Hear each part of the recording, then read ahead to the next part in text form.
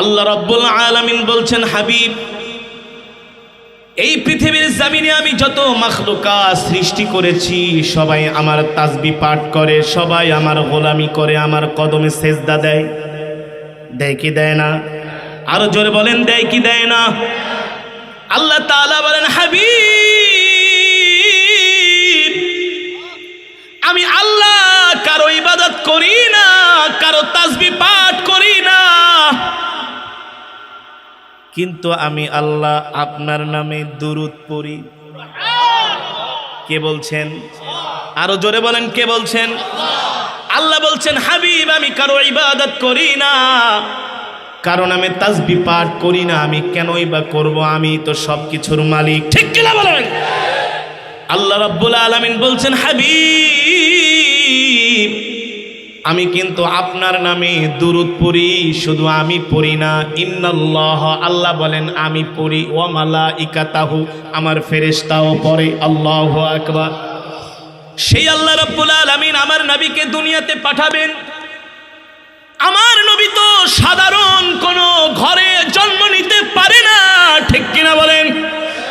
আর আমার নবীর পিতাও দুনিয়ার কোনো সাধারণ মানুষ হতে পারে না, আমার নবীর মাতাও দুনিয়ার কোনো সাধারণ মহিলা হতে পারে। আমার নবীর পিতার নাম কি? আরো জোরে বলেন। আমার নবীর পিতার নাম হলো আব্দুল্লাহ। আল্লাহু আকবার। এখনো আব্দুল্লাহ বিবাহ করে নাই।